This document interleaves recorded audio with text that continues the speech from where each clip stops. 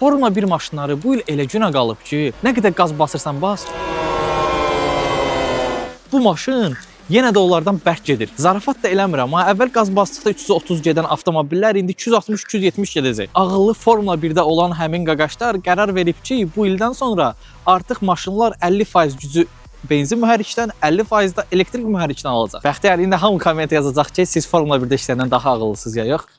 Yox. Bu yetim batareyada o qədər sürət yığmaq üçün bu gözü nətər versin? Özdə batareya elə şeydir ki, qaza bas, bir də gördün maşın da getmir, batareya öldü. Pilot da ayağın qazdan çəkmir ha. Nə qədər basır, prosta elektrik gücü azalır deyə maşın 270-280-dən çox getmir. F1 pilotlarının özləri də bu məsələ ilə məzələnir. Məhəllə uşağımız Alonso deyir ki, bu sürətlə Formula 1-dəki aşpaz da gəlib bu maşınları sürə bilər. Xalaoğlu Leclerc deyir ki, elə bil Mario'da girib göbələk yığırıq. Uzun sözün qısası, bu avtomobillə Alman avtobanına çıxsa Formula 1-dən daha sürətli olacaqsınız. Sağ olun.